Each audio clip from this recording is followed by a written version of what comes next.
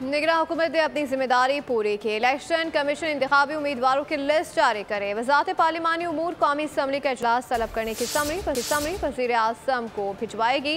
निगरां वज़ीर इत्तलात मुर्तज़ा सोलंकी कहते हैं कि सदर मुमलिकत से इजलास तलब करने की दरख्वास्त की जाएगी। साबिक कमिश्नर पिंडी के मामले पर आला तहकीकाती कमेटी बनी है। इलेक्शन कमीशन भी कार्रवाई कर रहा है। अपने इदारों और निज़ाम पर एतमाद करना चाहिए।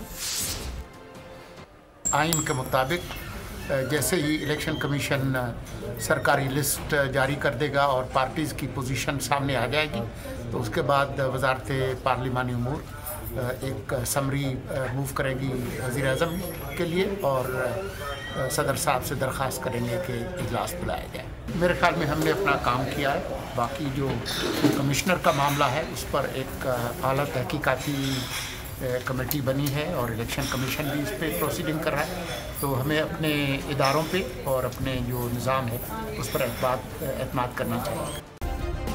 सब्सक्राइब करें और बेल दबाएं ताकि कोई खबर रह न जाए।